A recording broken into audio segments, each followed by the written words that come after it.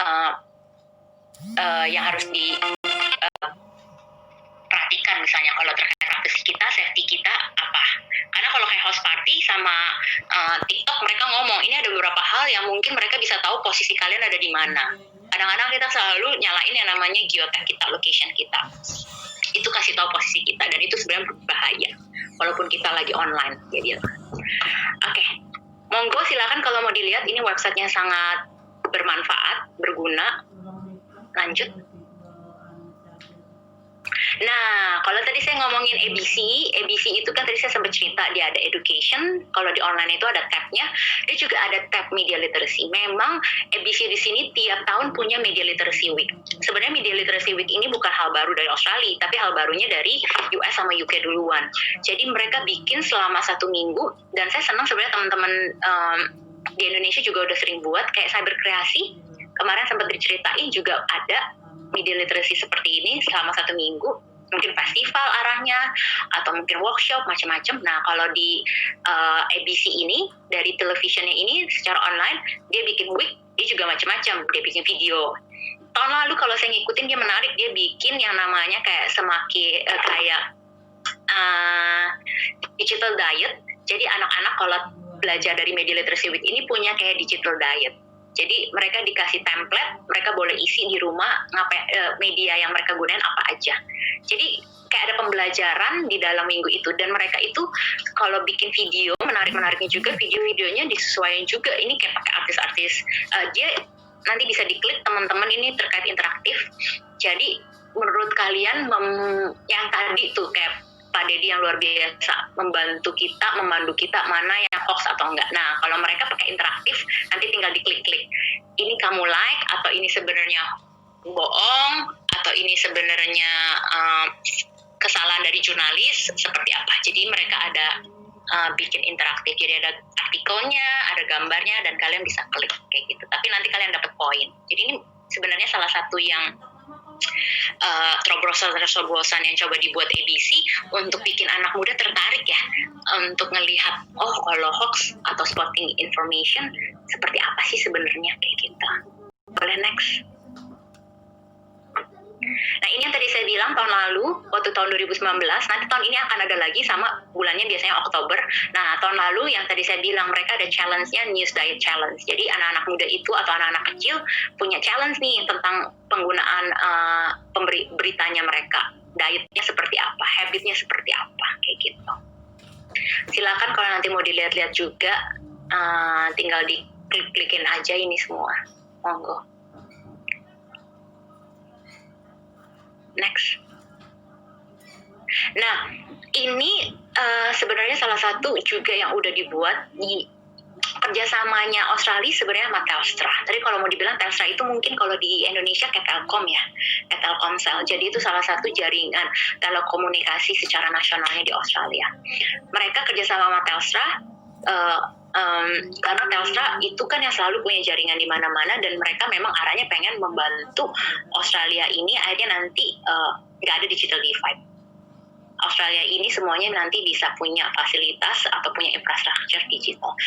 Jadi tiap tahun mereka biasanya measure nih Australia digital divide-nya seperti apa. Ini yang saya mau bagi sedikit. Jadi kalau tadi saya sempat cerita, kalau misalnya ternyata dari research itu bisa untuk apa sih? Karena research itu kan sebenarnya akhirnya bisa untuk dipakai evidence untuk implementasi program yang ada. Ini yang menarik ya. Ketika mereka juga mikirin anak muda, misalnya mereka mikirin anak-anak kecil, tadi saya cerita tentang children, atau parents tadi kalau di e-safety ya, ini mereka juga nemuin ternyata salah satu kelompok yang nggak pernah punya digital itu ternyata orang-orang tua yang usianya lanjut 65 plus. Nah, kalau next. Jadi akhirnya ada beberapa program yang mereka coba buat itu menyasarnya memang ke senior langsung. Jadi orang-orang tua ini dapat pembelajaran tentang teknologi. Kelihatannya mungkin gampang ya. Mungkin mereka jadi lihat bisa buka email, bikin email atau ngeklik. Tapi sebenarnya kadang-kadang juga dapat pembekalan sosial media. Jadi mereka juga bisa gunain Facebook, gunain mungkin WhatsApp misalnya kalau di Indonesia, karena itu hal yang penting. Tapi gunanya untuk apa? Karena kalau dapat training seperti ini kan sebenarnya udah aksesnya ada nih. Tapi nanti gunanya apa? Oh, ternyata berita itu nggak hanya cuma dari WhatsApp ya, kita bisa lihat lagi nih di Google misalnya seperti itu. Oh, gambar ini kita cari dulu ya di Google Image, bener nggak? Nah, hal-hal ini yang mungkin bisa menjadi bermanfaat buat orang-orang tua, karena memang generasinya mereka dulunya si senior ini kan nggak pernah pakai yang namanya digital. Sekarang udah dunia apa-apa digital, biar mereka nggak ketinggalan, mereka bisa pakai, tapi untuk hal yang bermanfaat. Hal-hal seperti itu sih sebenarnya yang coba dilakuin dari reportnya digital divide-nya mereka. Jadi tiap tahun mereka biasanya buat, di-measure lagi apa nih yang masih kurang, apa nih yang belum dapat misalnya. Kelompok mana? Ini salah satu contoh yang saya mau tunjukkan. Walaupun mereka juga ada program yang lain untuk disabilitas, untuk perempuan, jadi macam-macam sebenarnya. Silakan. Next. Nah, ini juga yang saya mau bagiin, ini kebanyakan dari perpustakaan. Jadi kalau di sini perpustakaan itu sekarang kayak kemarin seneng banget dibagi dari salah satu pembicara luar biasa mengenai perpustakaan di perpustakaan nasional kita. Nah, ini sama, perpustakaan itu memang sekarang jadi tempat yang sebenarnya bisa berbagi dan bahkan untuk ngelakuin training. Kalau di Australia sebenarnya sebelum kejadian digital ini, perpustakaan itu memang menjadi salah satu ajang untuk ngumpul kayak komunitas. Karena kalau sekarang mungkin tiap minggu pasti ada training coding, training digital. Dulu-dulu tuh trainingnya macam-macam, training baca buku anak-anak, trainingnya untuk bikin kerajinan tangan. Jadi selalu memang library itu jadi tempat-tempat kumpul, komunitas, orang seneng. Anak mudanya di sini pulang sekolah itu suka banget ke library. Teman-teman PhD saya dulu kadang-kadang kalau lagi suntuk kerjain di kantornya kampus, kadang-kadang kan itu aja gitu suasananya, lari ke library. Wifi ada, cari jurnal gampang, seneng mereka belajar di sana. Jadi memang kadang-kadang saya bilang library itu jadi ajang ngumpul. Dan ini ajang ngumpulnya ini juga sebenarnya larinya, kalau dulu buku-buku itu tertata banyak, rapi, gede. Sekarang mereka makin lama makin dikit, mereka banyak kasih space untuk apa? Komputer. Karena mereka semua larinya nanti ke depannya kan digital. Tapi tetap di sana mereka pakai untuk cari informasi, mereka cari untuk belajar, mereka untuk baca. Jadi memang library-nya itu, kumpulnya itu ya kumpulnya untuk belajar maksud saya. Ya, walaupun nanti dibangun komunitas, bisa komunitas apa nih, mau belajar bareng apa yang tadi saya bilang. Tiap minggu pasti ada training. Tiap hari pasti ada training. Dan bahkan kadang-kadang untuk beberapa kota, kayak saya dulu tinggal di Brisbane, itu ada training coding, itu dia setiap hari Sabtu jam 10. Itu teman-teman saya, biasanya itu kan dia trainingnya seminggu sebelum dibuka ya, untuk daftar. Itu teman-teman saya udah pantengin, karena pas dia buka, langsung registrasi. Karena kadang-kadang paling cuma terimanya 20 anak. Itu laris manis training-training ini. Luar biasa ya kadang-kadang. Makanya. Jadi, ya nggak dapet, ya udah tunggu minggu depan. Kayak gitu rasanya. Jadi menarik sih. Jadi kalau mereka ke perpustakaan, mau sekarang arahnya digital, ternyata mereka juga bikin trainingnya, mereka sediain sources-sourcesnya, tetap ikutin perkembangan yang sekarang digital. Jadi library di sini selalu ramai. Lanjut. Nah, ini saya juga punya kesempatan mau sharing. Ini saya dulu bersyukur sempat sekolah dan kerja di QT di Brisbane. Mereka itu memang punya, dari library-nya udah punya panduan untuk menggunakan online itu seperti apa. Bahkan kita kalau bisa ikutin trainingnya satu-satu ini, jadi ada kita bisa tahu diri kita, bisa memproteksi, bahkan untuk melihat diri kita secara online.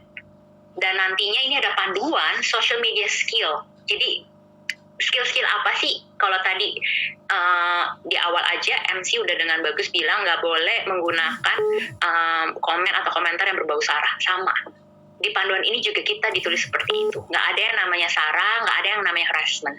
Di sini yang namanya harassment atau sexual harassment, race harassment itu penting sekali dan mereka bisa bawa sampai ke arah akademiknya kita. Jadi mereka nanganin itu hal-hal yang penting dan itu sebenarnya sangat membantu buat teman-teman internasional dulunya di sini.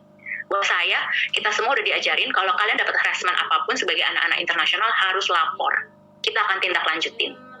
Mau kalian lihat secara langsung atau di sosial media, lapor. Jadi memang udah dapat pembekalan seperti ini. Karena kalau kita lihat yang namanya sekarang komentar-komentar yang nggak baik atau komentar nggak bagus kan kadang-kadang nggak dilakuin langsung ya. Kadang-kadang di sosial media kan malah munculnya banyaknya. Nah, mereka juga udah mulai lihat hal ini. Lanjut. Nah, sekarang saya kerja dan tinggalnya di South Australia atau Adelaide. Nah, di sini juga sama. Mereka juga punya yang namanya digital literacy. Bahkan digital literacy-nya mereka ini juga semakin banyak. Kalian mau belajar apa? Tinggal klik. Ternyata bisa belajar lihat online learning sources kalau buat mahasiswa ya. Terus teman-teman mahasiswa juga bisa lihat digital literacy-nya seperti apa. Oh, kalau yang namanya copyright itu kayak apa sih? Karena kadang-kadang kita kan ambil gambar, ambil aja. Nggak taruh linknya mungkin, nggak taruh sumbernya siapa. Nah, mereka mau kita belajar hal seperti ini. Jadi memang digital literacy-nya ada. Bahkan kita kadang-kadang juga boleh konsultasi. Kita boleh konsultasi sama library ini, dibuka yang namanya as the library. Jadi ini hal-hal yang semakin penting. Seperti ini, kita bisa kontak Academy Library Service kita, timnya untuk discuss tentang digital literacy training untuk student. Ini buat pengajar. Kalau kayak saya bisa discuss sama library service timnya, apa sih yang sebenarnya student-student di subjeknya saya mungkin butuh. Atau mungkin ternyata hal-hal ini masih kurang, mungkin materi apa lagi yang bisa saya tambahin. Jadi kita bisa diskusi, dibuka peluang-peluang kayak gini. Karena semuanya niatnya pengennya, apalagi sekarang ya, ketika semuanya pakai Zoom, semuanya harus pakai forum, semuanya pakai online, ini kan yang mungkin tadinya nggak terbiasa online, mendadak online, pasti ada kan sebenarnya kalau di Australia pun. Jadi hal-hal yang kayak gini benar-benar sangat membantu banget, nggak hanya pengajar, tapi juga buat yang diajar, jadi buat para mahasiswanya. Next. Ini sama, kalau tadi saya sudah bilang saya di Brisbane seperti itu, ada social media guidelines, di kampus yang ini juga sama. Jadi memang ini kayak jadi semacam pattern atau tren. Setiap kampus itu harus selalu punya social media guidelines. Dan ini bukan hanya untuk student, buat staff juga. Dan social media ini sebenarnya membantu melindungi kita, tapi membantu juga ketika kita berpartisipasi, ketika kita melakukan aksi, atau kita mungkin berinteraksi. Jadi sama-sama dua sisi, memproteksi kita, atau kita juga membantu kita ketika kita berpartisipasi. Ini yang tadi saya bilang, kalau dari slide, dari websitenya itu, apalagi yang mau dipelajari, ini tinggal diklik-klik, ini semua poin-poinnya. Silakan. Next. Nah, terakhir, maksudnya terakhir dari kampus yang sekarang saya ajar, mereka justru udah mikirin tentang fake news juga. Jadi bahkan mereka bikin tab tersendiri tentang fake news. Bahkan dikasih posternya tentang how to spot fake news. Jadi anak-anak di kampus juga sekarang harus ngerti fake news itu seperti apa. Jadi library-nya aja udah update hal-hal seperti ini. Dan bahkan bisa dilihat juga source-nya dari mana tentang fake news ini. Dan ini sebenarnya salah satu dari library, association library yang ada. Jadi mereka justru bisa saling berbagi. Jadi ini bukan dari UniSA yang buat tentang poster ini. Sebenarnya poster ini dibuat dari organisasi lain, tapi dipakai bareng-bareng. Jadi ini yang saya bilang kolaborasi. Yang penting tujuannya apa? Oh, tujuannya kita harus bantu jangan ada fake news. Student-studentnya juga bisa ngerti kalau yang namanya fake news itu nggak bagus. Diajarin deh, dikasih deh materinya how to spot fake news. Oke, silakan lanjut. Nah, ini yang menarik juga yang tadi saya bilang, kalau tadi kita punya e-safety, di kampus pun juga itu penting banget yang namanya cyber security. Saya kerja di UniSA harus ikutin training ini. Yang menarik, saya dulu kemarin juga pernah punya project sama University of Sydney. Ini yang lebih canggih lagi. Kalau nggak beres trainingnya, nggak dibayar. Jadi saya sampai sempet dikontak HRD, dikontak semua petinggi, katanya training saya belum dilakukan. Karena ternyata sebenarnya saya udah lakuin, kan saya cuma miss ada satu slide terakhir, saya nggak klik, jadi itu saya nggak dibilang saya udah beres semua materinya. Cuma permasalahan di situ, HRD semua sampai panik karena mereka semua dapat notification kalau saya belum beres trainingnya. Kalau saya belum beres trainingnya, saya nggak akan dibayar, mereka bilang, sampai segitunya. Jadi training buat mereka jadi compulsory, bahkan untuk pengajar, untuk staff, nggak hanya student, itu semua harus beresin dulu. Jadi harus udah beres dapat trainingnya baru boleh ngajar atau bahkan boleh dibayar seperti itu. Silakan. Nah, ini ada beberapa yang tadi saya sempat singgung juga, kolaborasi sama NGO. Ini beberapa NGO yang udah coba jalanin. Ini ada GoDigi, ini ada yang tentang coding buat anak-anak. Terus ini yang menarik juga untuk ada anak-anak muda perempuan di Australia yang pengen anak-anak perempuan itu justru jadi semakin bisa coding, bisa tertarik sama pemrograman. Mereka bikin yang namanya Girl Geek Academy. Dan ini sebenarnya menjadi hal yang menarik karena mereka pertama kali bikin hackathon, tapi hackathonnya semua perempuan. Dan kalau dilihat juga itu multicultural, mereka bilang kita semua itu mau belajar sama-sama. Jadi ini yang sekarang mereka lagi coba tampilkan, perempuan, multicultural, dan semua lini diambil. Jadi kayak ada anak mudanya dapet, anak kecil dapet, yang dewasa senior tadi juga ada trainingnya, atau perempuan, bahkan kalau mau belajar yang lebih teknis juga ada. Jadi memang sekarang semua arahnya mesti berbeda, marketnya itu si sasar semuanya, karena digital literacy ini luas banget.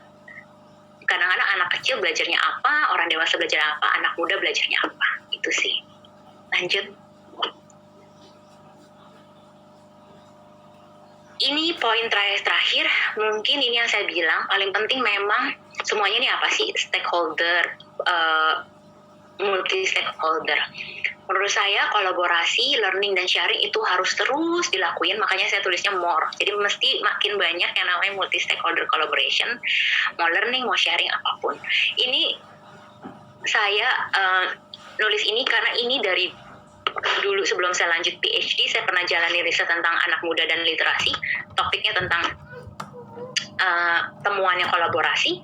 Saya pernah jalanin tentang perempuan terkait digital literacy. Mereka bilang harus kolaborasi karena mereka nggak bisa jalanin ini sendiri. Dan terakhir, kalau kaitannya tentang aktivisme, tentang Save KPK, ternyata kolaborasi menjadi penting.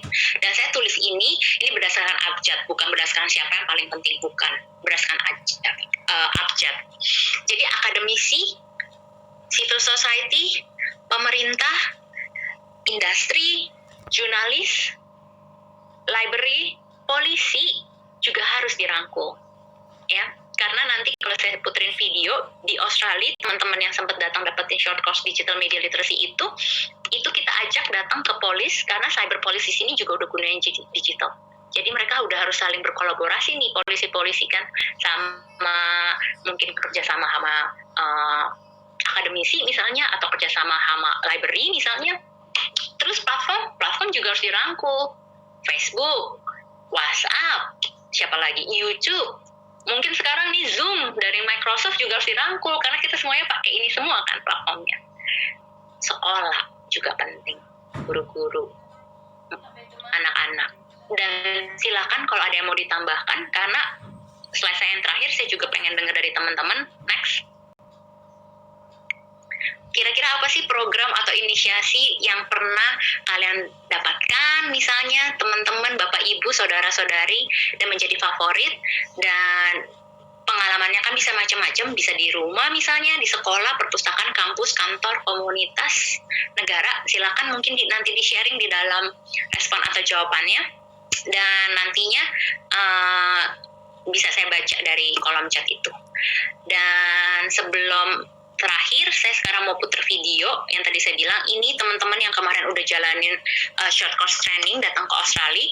Ini sebenarnya mereka semua itu punya proposal, mereka daftar ke Australian Award Indonesia, mereka dipilih. Jadi mereka dapat, itu kayak pemilihannya luar biasa. Mereka proposalnya dilihat dulu, programnya mau seperti, mereka biasanya kebanyakan udah jalanin program-program media literacy, digital media literacy, makanya mereka bisa dapat kesempatan itu. Terus setelah dilihat programnya, mereka diwawancara.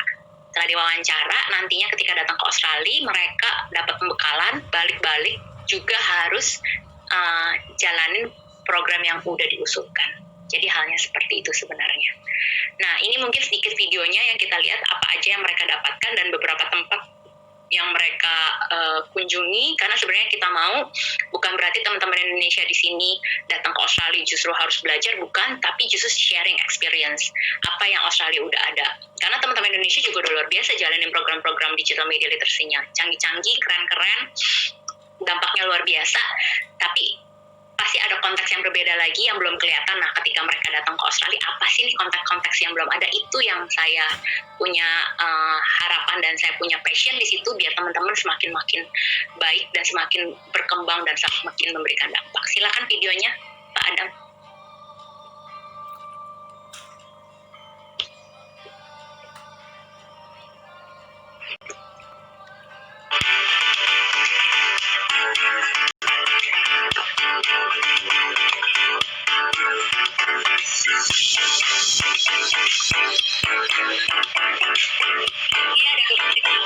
This course was designed by the Australian Embassy in combination with Indonesia's Communication and Informatics Ministry to help support the Cyber Kreasi initiative so that we could build digital media literacy in Indonesia. It's a very important thing to build the capacity of Indonesian organisations and every individual so that they can use social media in ways that promotes tolerance, harmony, community development. We do know that a lot of Indonesian researchers have identified that the public is very concerned about the number of hoaxes that they receive and the damage this is causing to development and community cohesion. This program brings together change makers who are really trying to improve the overall culture and make sure that Indonesians can pull together and have a better, stronger future through the way that they communicate on social media.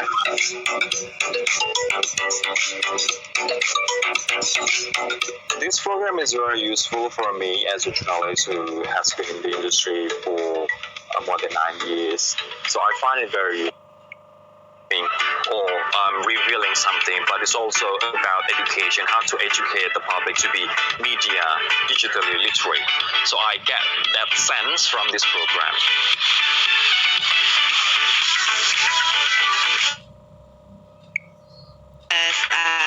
We have been facing a lot of challenges in terms of misinformation and also hate speech that's been going around for the past few years in Indonesia.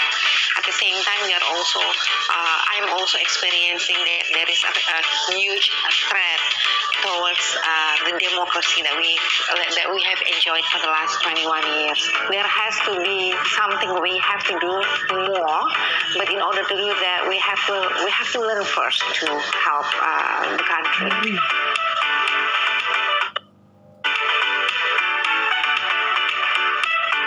The objective of this program is to discuss and benchmark success stories in channeling social media in direction to positive change.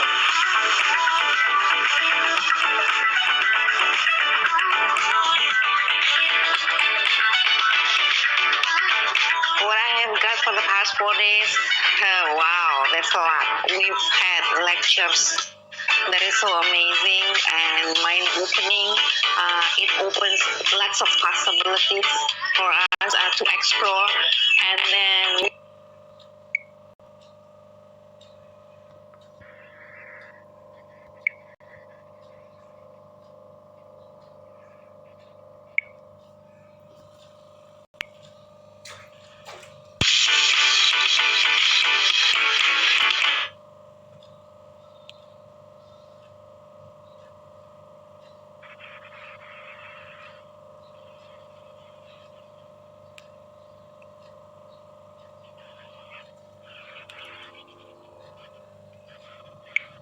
places like the city council and the libraries and by the police force and everything. It's very heartwarming to see that actually the one thing that makes a huge difference is not about how much you know, but about how much you are willing to give your best to serve other people. For me, I'm going to take it home with me to be one of the guidance that I'm going to use.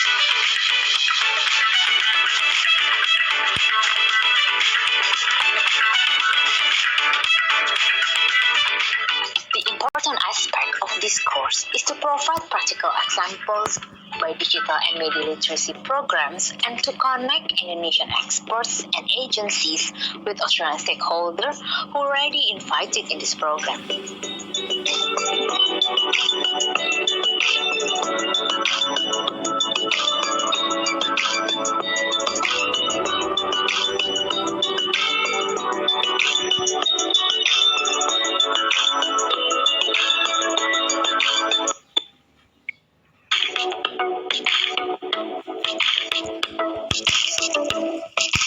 encourage other fellow Indonesians to join forces, apply for this program, because this program is very, very useful and beneficial. So, and I'd like to thank you, Australia Awards and Queensland University of Technology. This is something that useful, and I believe this is a once-in-a-lifetime experience about digital and media literacy.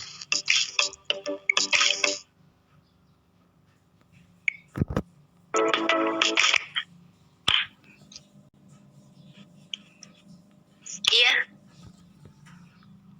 Kayaknya masih ada satu slide terakhir.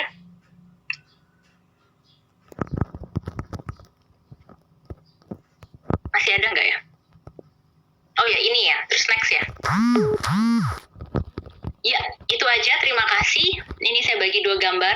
Yang satu itu gambar impian saya. Saya pengen banget ke sana, ke Raja Ampat. Belum kesampaian. Satu lagi ini juga salah satu karang yang bentuknya hati, adanya di Queensland, tempat saya dulu, kota yang tempat saya dulu tinggal. Jadi deket sebenarnya ke sana, cuma sekarang malah udah pindah ke Adelaide, makin jauh ke sana. Jadi terima kasih, silakan nanti kalau ada yang mau ditanya, mau setelah diklat ini selanjutnya mau stay in touch, monggo. Senang bisa berbagi dan terima kasih lagi. Saya kembalikan ke Pak Yudi.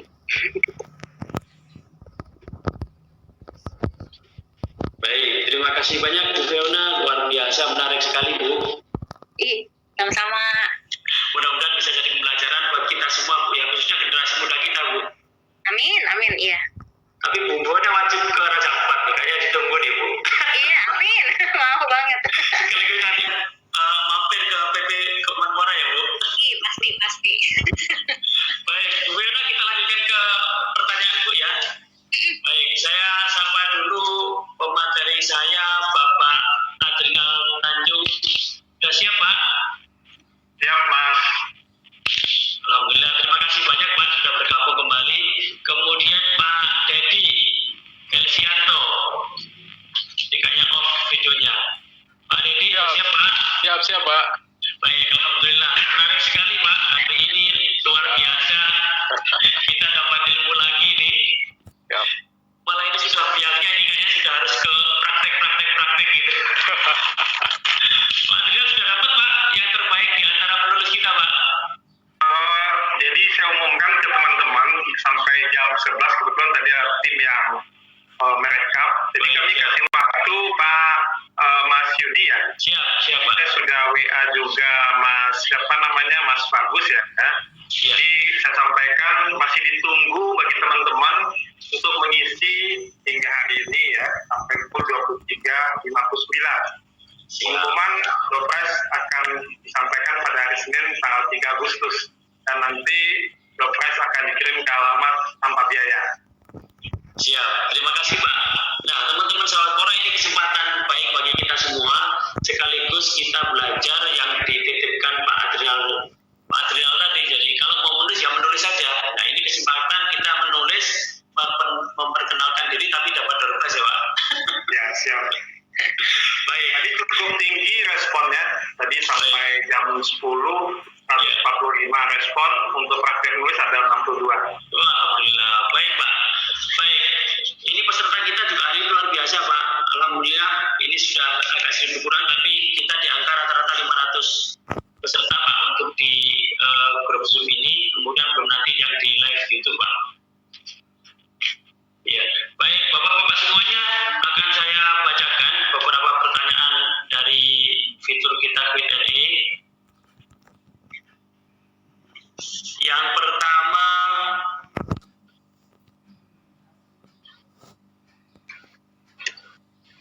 dari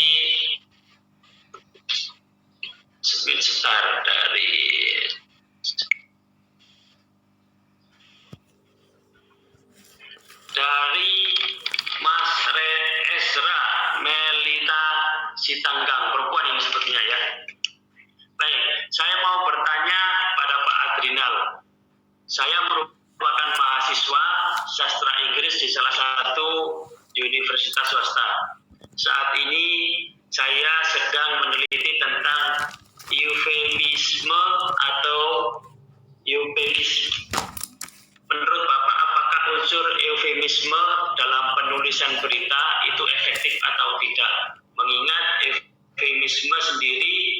bisa membuat orang mispersepsi jika dia tidak paham konteksnya. Terima kasih Pak sebelumnya.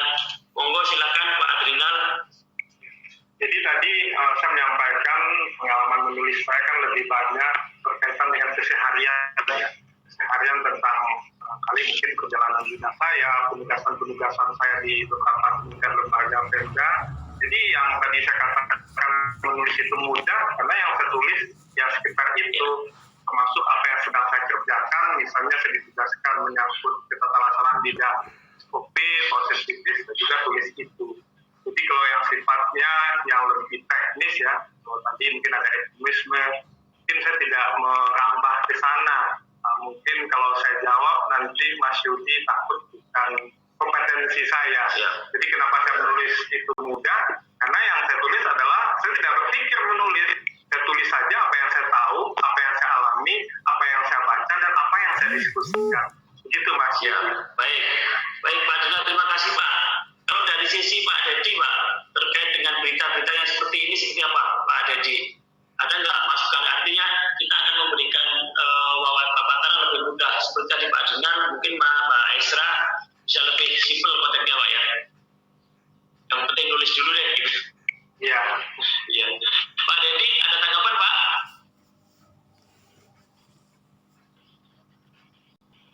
Terkait yang apanya nih Pak? Terkait berita Pak, berita yang ada unsur eufemisme ini Pak. Oh, belum Pak. Kalau untuk itu belum. Belum. Bu Fiona, ada tanggapan Bu? Enggak, belum ada juga. Baik, siap.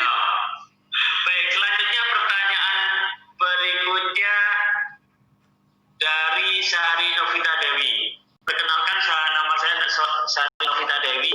Izin bertanya, menurut Bapak apakah mungkin menulis sebuah buku dalam satu hari?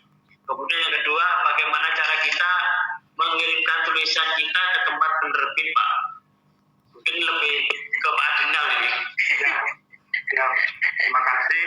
Jadi kenapa saya sudah menulis tadi sudah saya sampaikan keseharian ya, pengalaman apa yang saya kerjakan, apa yang saya baca, itu yang saya tulis. Kemudian kenapa saya bisa menulis cukup produktif barangkali ya. Kebetulan saya belajar juga dari buku-buku. Ternyata untuk memiliki penerbitan sendiri itu mudah, self-publisher. Jadi saya punya penerbitan sendiri.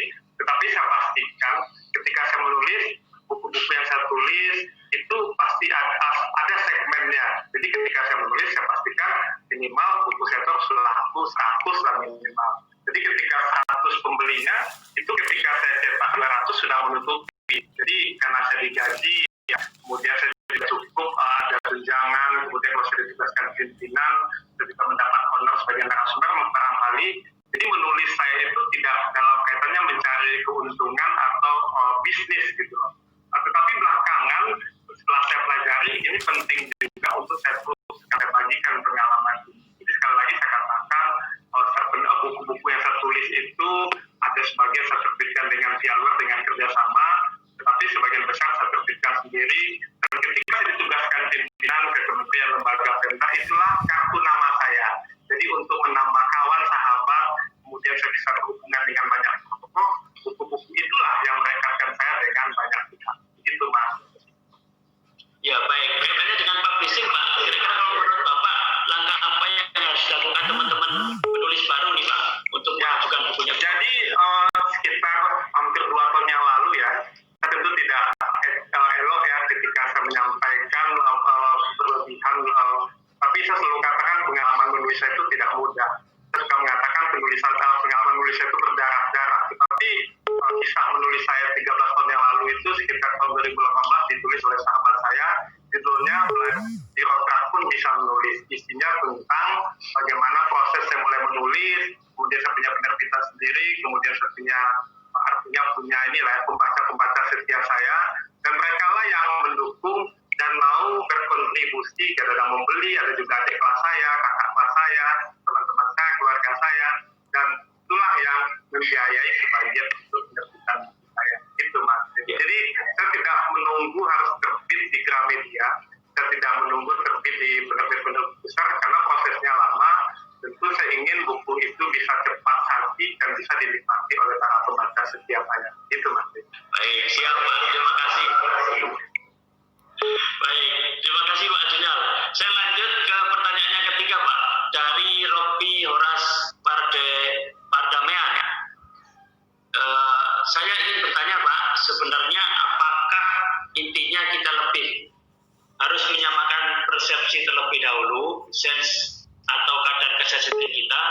karena mau bagaimanapun kita mengajarkan apapun itu tentang hoax dan konten sampah.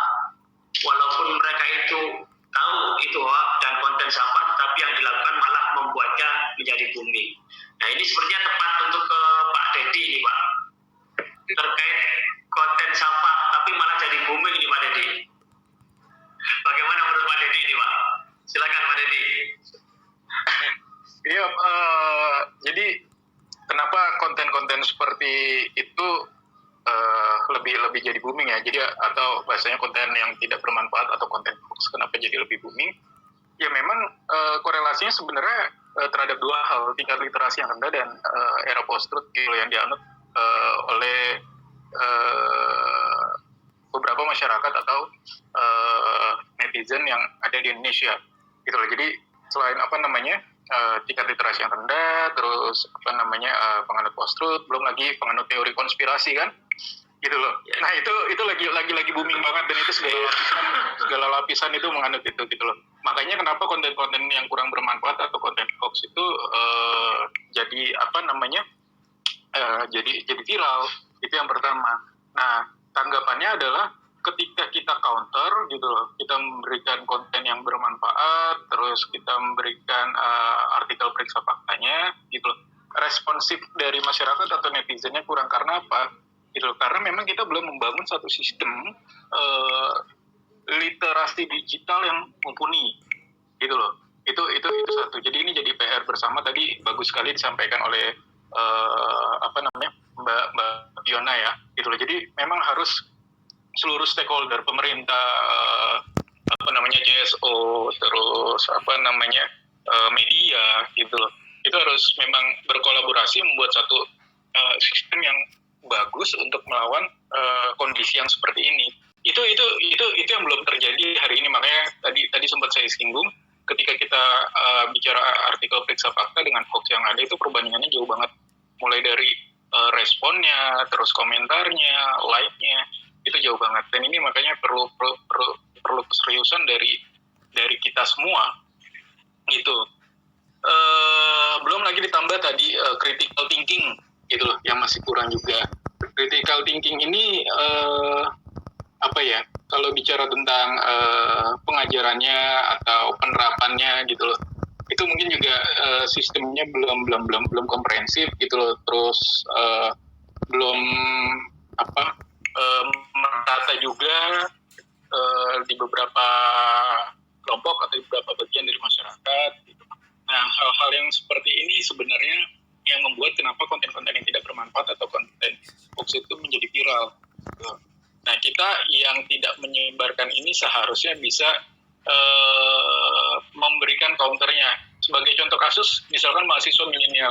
Jadi Pak Yudi, Mbak Fiona, dan kawan-kawan sekalian, itu kalau kita bicara tentang milenial, terus bicara tadi disinggung keluarga, ya kan? Itu malah di Indonesia itu posisinya kalau kita bicara media sosial itu kawan-kawan milenial atau kawan-kawan mahasiswa atau kawan-kawan pelajar di sini itu banyak bermusuhan dengan keluarganya sendiri di grup WhatsApp. Gitu loh. Kenapa? Ya kan? Kenapa? Gitu loh. Ini mungkin pengalaman saya juga. Ketika ada satu misalkan orang tua kita, om, tante, atau yang diseniorkan atau yang dituakan menyebarkan hoax gitu loh. Ketika kita berikan klarifikasinya, apa jawaban dari mereka? Kamu anak kecil tahu apa? Ya kan, masih hijau gitu loh, ya kan? Terus apalah gitu, hal-hal yang memang sifatnya meremehkan dan segala macam. Tapi itu yang menjadi curhat. Ini loh mas, kalau misalkan kami jawab begini, ini pasti dibalikin dan segala macam. Ya, namanya kita ingin merontokkan batu itu nggak bisa langsung disiram pakai air yang banyak dan cuma sekali. Gitu loh, itu harus sabar, meneteskan air itu pelan-pelan gitu loh, sampai batu itu benar-benar rapuh gitu loh. Mulai dari artikel periksa faktanya sampai dengan dampak kasus hukumnya. Gitu. Itu yang harus kita lakukan sekarang untuk melawan konten-konten yang tidak bermanfaat dan hoax tersebut. Makasih Mas Widya. Baik, terima kasih Pak Dedi jawabannya. Saya tergelitik Pak dengan pernyataan Pak Dedi terkait dengan itu tadi Pak. Di keluarga saja yang senior kita ini sudah menyampaikan sesuatu, tapi kita tahu kalau itu hoax dan kita mencegahnya, ternyata malah kita boleh dibilang ya kamu tuh anak kecil gitu. Nah, saya tergelitik dengan pertanyaan itu Pak Dedi. Mungkin nanti untuk masukan dari narasumber saya bertiga ini, kira-kira perlukah pendidikan kita Pak, agar anak-anak kita ini, generasi terus kita ini tahu sejak dini gitu. Boleh silakan Mas Dede dulu Mas. Ya, jadi sebenarnya kalau kita bicara tentang kurikulum literasi digital ini sudah berjalan ya, mungkin di tingkat sekolah gitu loh, atau perguruan tinggi itu sudah berjalan. Nah, caranya pun juga berbeda-beda sebenarnya gitu loh. Berbeda-bedanya di mana gitu. Ada yang menyampaikannya menarik, ada yang menyampaikannya kurang menarik, ada yang menyampaikannya secara tradisional, ada yang menyampaikannya modern. Nah, hal-hal seperti itu sebenarnya yang mesti kita evaluasi sih gitu loh. Sekarang kita menyampaikannya kepada siapa, mediumnya yang tepat itu seperti apa, ranahnya di mana, itu terkadang menjadi PR gitu loh. Kadang kita masih stakeholder ini, mereka yang punya kepentingan untuk menyampaikan hal itu, terkadang masih memukul rata untuk itu. Jadi kurang bisa memilah-milih gitu loh. Jadi kurang bisa memilih dan kurang bisa memilah. Posisinya seperti itu yang pertama. Lalu yang kedua, kemarin itu saya baru menyampaikan materi kepada kelompok guru, Mas Yudi, gitu loh. Jadi kelompok guru. Jadi memang ada permasalahan gitu loh. Ada permasalahan ketika kita bicara tentang literasi digital dan melawan hoax di dunia pendidikan gitu loh. Kenapa? Karena kan kalau kita bicara di sekolah itu atau pendidikan itu ada yang namanya trisentra pendidikan tuh. Ada yang namanya sekolah, ada yang namanya komunitas, ada yang namanya orang tua. Nah, ketika kita bicara tentang hoax, ya kan, gitu loh. Mohon maaf, gitu. Survei gitu loh mengatakan guru masih ada yang menyebarkan hoax gitu loh. Ada kasusnya, kita bisa lihat faktanya, itu satu. Yang kedua, orang tua juga menyebarkan hoax. Ada faktanya, ada datanya, mulai dari kasus yang penculikan anak-anak, COVID dan sebagainya. Bahkan pelajar pun ada yang menyebarkan hoax. Kemarin di Cianjur saya ambil contoh kasusnya. Itu terkait SARA. Nah, sekarang kalau kita bicara tentang media literasi digital di dunia pendidikan, sifatnya gimana? Krusial, urgent banget. Itu posisinya. Dan melawan hoax itu harus dibuat sistematis. Ini jadi PR bersama gitu. Dan tadi ya apa yang disampaikan Mbak Fiona itu di Australia jadi perbandingan, saya tertarik banget ya. Gitu loh. Ditunggu undangannya Mbak Fiona, walaupun kemarin Mbak Anies sudah berjalan ke sana. Ya kan? Gitu loh. Walaupun ya apa yang sampai ke Mbak Anies biasanya disampaikan ke kita juga sih. Gitu, jadi di-sharing sama beliau. Nah, jadi banyak hal yang bisa kita pelajarin dari perbandingan itu, gitu loh, Mas Yudi. Gitu.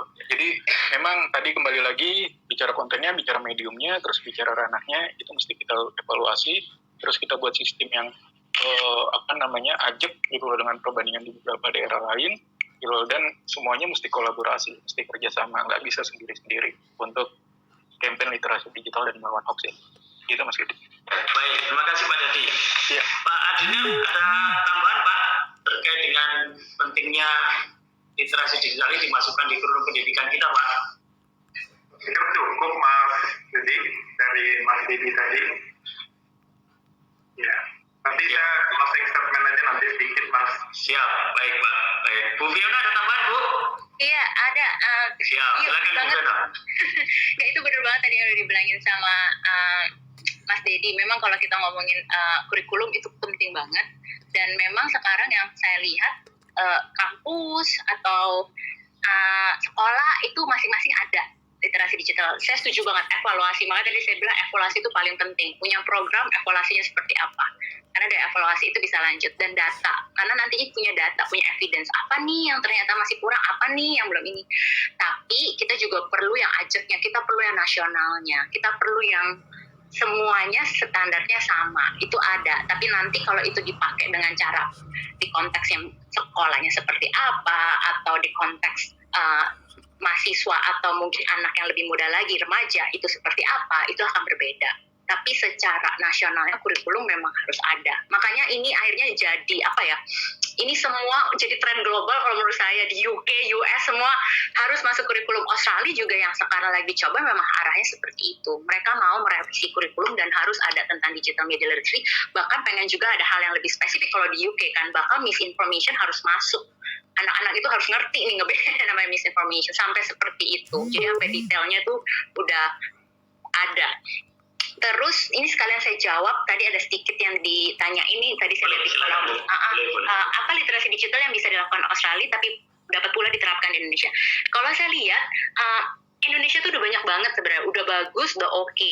Tapi mungkin ada lagi yang bisa dilanjutin, kolaborasi sih sebenarnya. Jadi kayak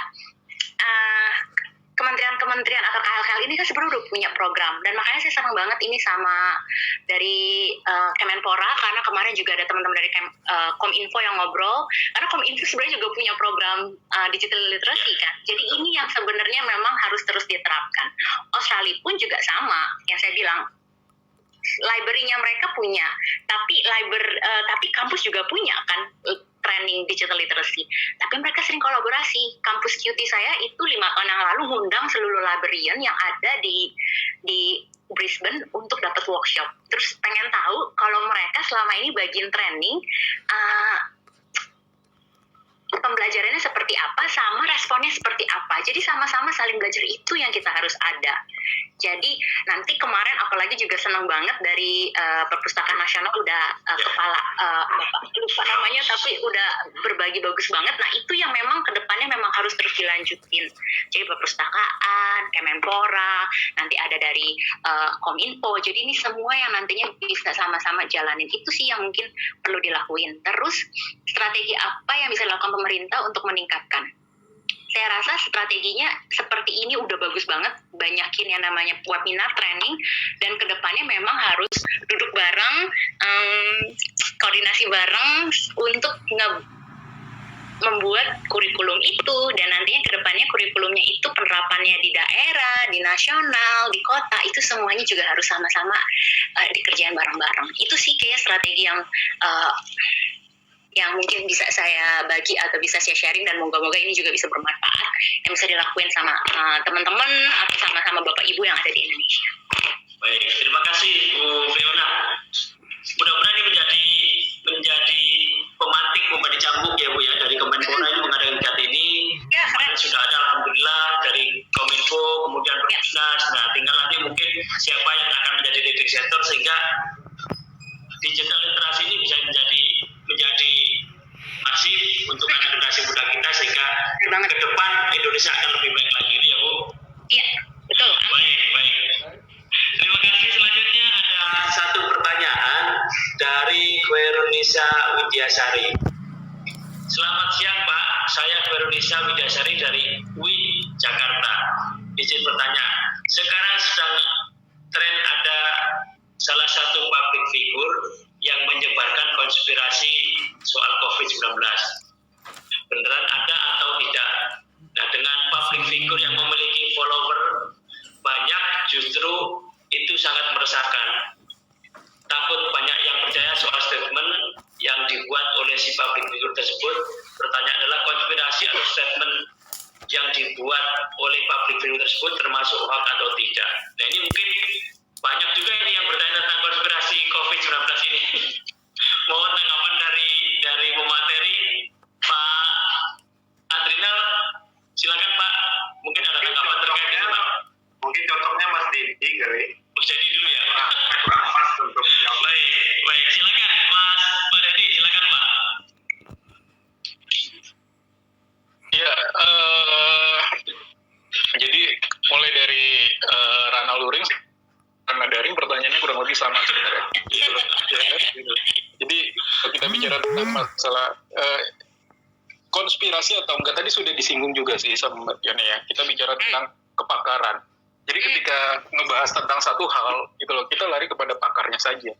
Gitu. Jadi bukan bicara tentang lagi public figure yang punya follower sekian ribu atau puluhan ribu. Jadi itu diabaikan saja, karena kebenaran, gitu loh, fakta dan data itu bukan bicara tentang populer, gitu loh. Tapi itu bicara tentang ketepatan, bicara tentang validitas, bicara tentang presisi.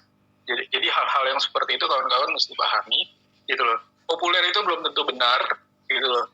Ya kan? Jadi walaupun sedikit, gitu, kalau memang dia expert, dia ahli, dan ada data yang bisa dibuktikan, gitu loh, bisa jadi itu yang benar.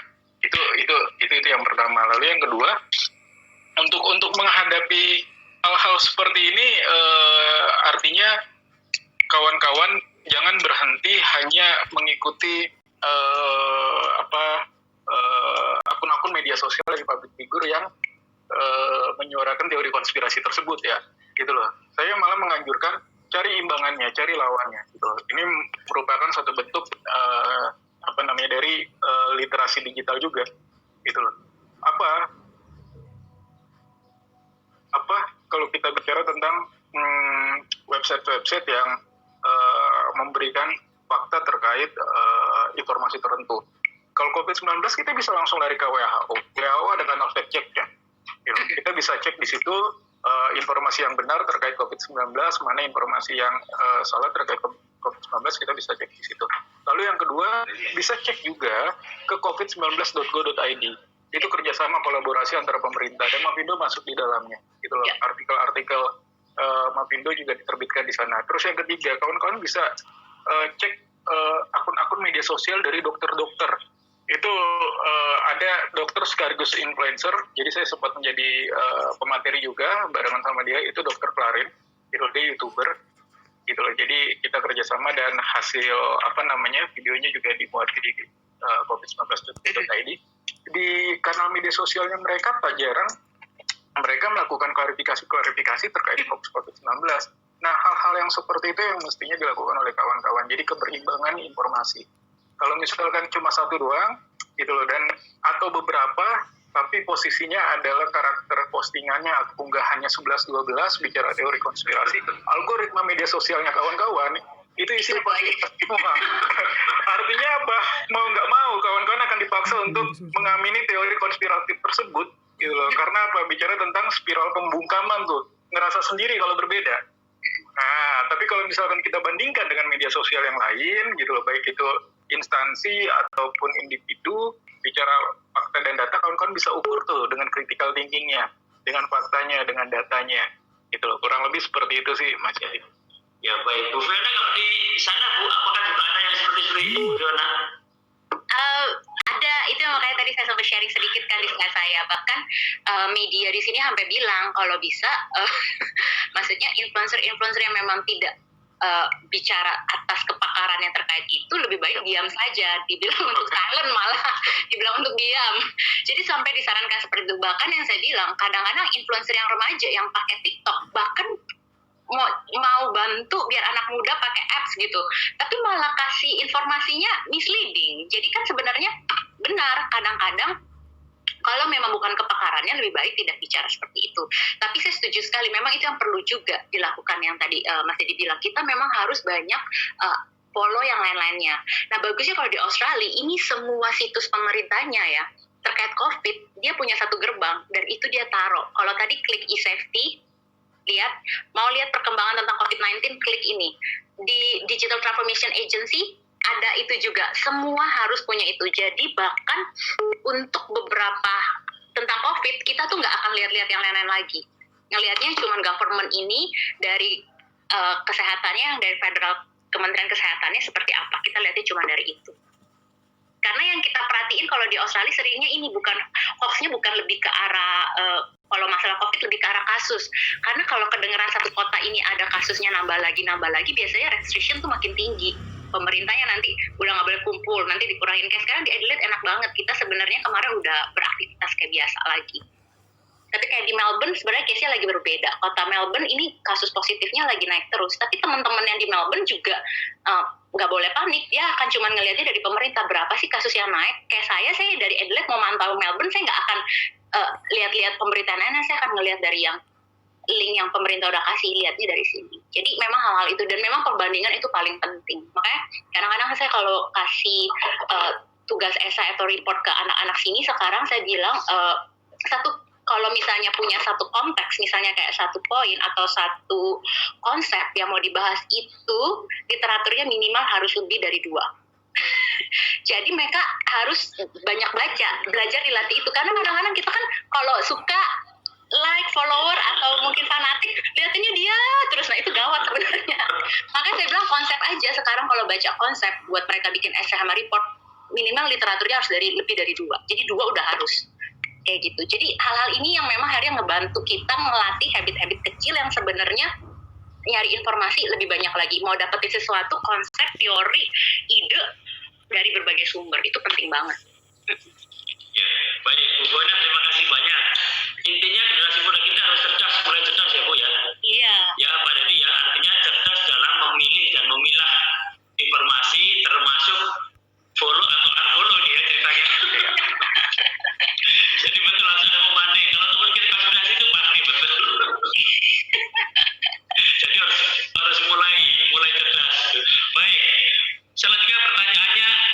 saya rangkum dari beberapa pertanyaan untuk Pak Dedi nih Pak.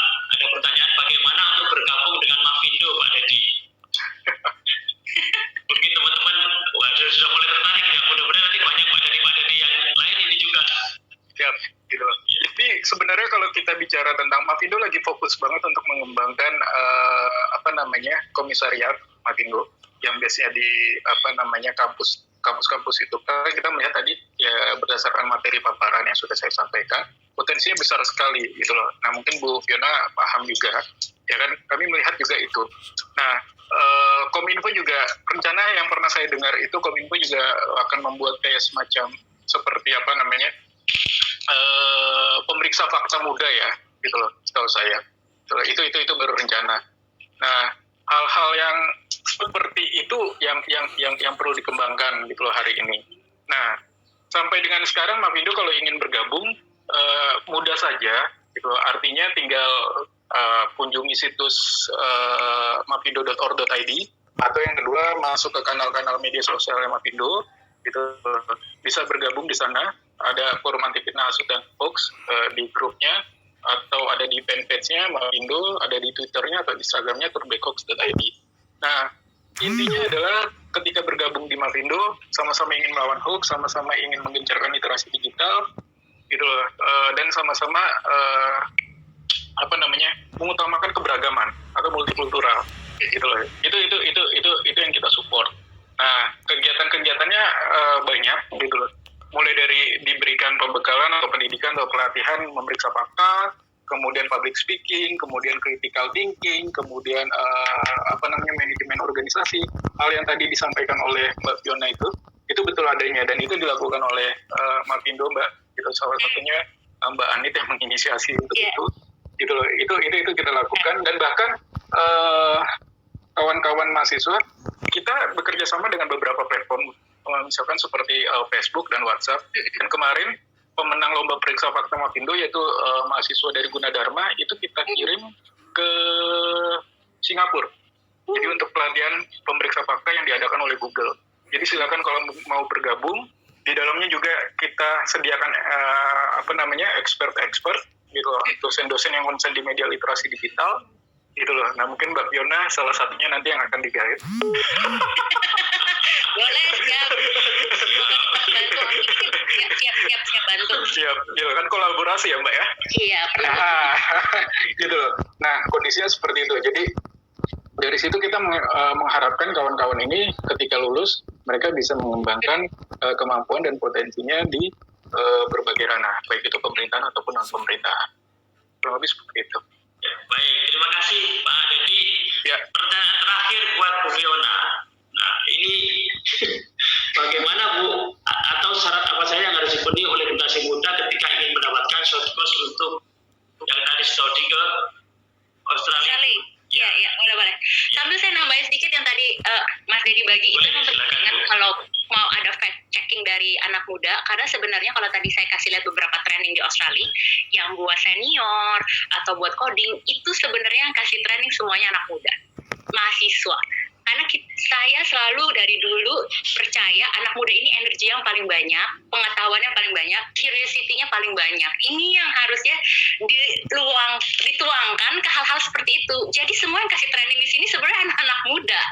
Itu yang sebenarnya mesti kita rangkul dan emang mesti semakin dikembangin. Itu bagus banget. Terus kalau tadi yang tentang short course, amin, semoga belum tutup tahun ini. Memang Australia buka lagi, tapi angle-nya justru kepada, jadi kalau kemarin teman-teman yang 25 yang datang ke Australia itu saya dengar jumlah yang daftarnya kalau nggak salah ya, bukan saya yang men-screening, bukan saya, tapi dari Australian Award Indonesia-nya itu ratusan sampai akhirnya jadi 25. Jadi sebenarnya mungkin biasanya topiknya juga beda-beda, dan tahun ini belum ada yang digital media literacy lagi. Nah, kalau yang kemarin digital media literacy yang dilihat biasanya yang tadi saya bilang proposalnya. Jadi apa yang udah dijalanin sama apa yang mau dikembangin. Karena teman-teman itu ketika datang ke Australia belajar, ngeliat sama denger, dan mereka juga harus saling sharing ya sama teman-teman 25 ini, itu baliknya apa yang bisa dikerjain bareng. apa yang bisa dikembangin lagi dari proposalnya. Jadi memang proposal itu sebenarnya paling penting. Jadi apa yang udah dikerjain biasanya tadi kan kalau dari Pak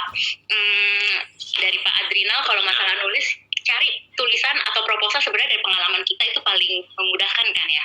Nah ini sama proposal itu biasanya memang terkait apa yang udah dikerjain di dalam digital media literacy programnya mereka. Nah karena tugas beratnya kalau udah balik ya harus kembangin karena ada reportnya, kalau nggak dapet sertifikat kelulusan. Nggak lulus sih, maksudnya ya sertifikat udah jalanin short course gitu.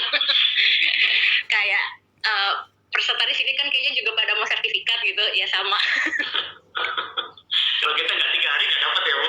Iya, kalau itu malah nanti ada berapa bulan ada post course-nya, kita lihat lagi, kita pantau kemarin proposalnya, programnya dijalanin seperti apa.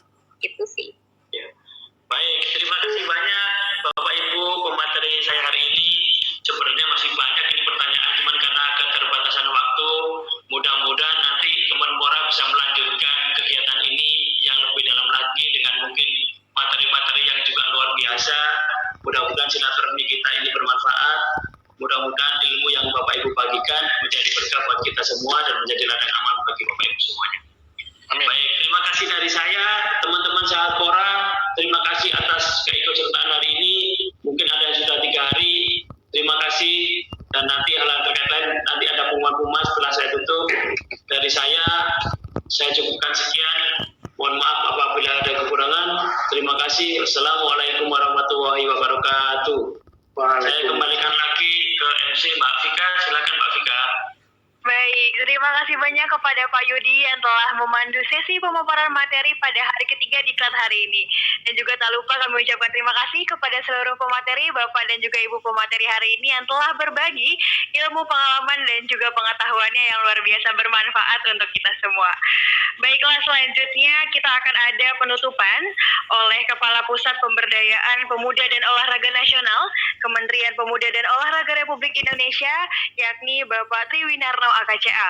Untuk itu langsung saja kepada Bapak Triwinarno AKCA kami persilakan.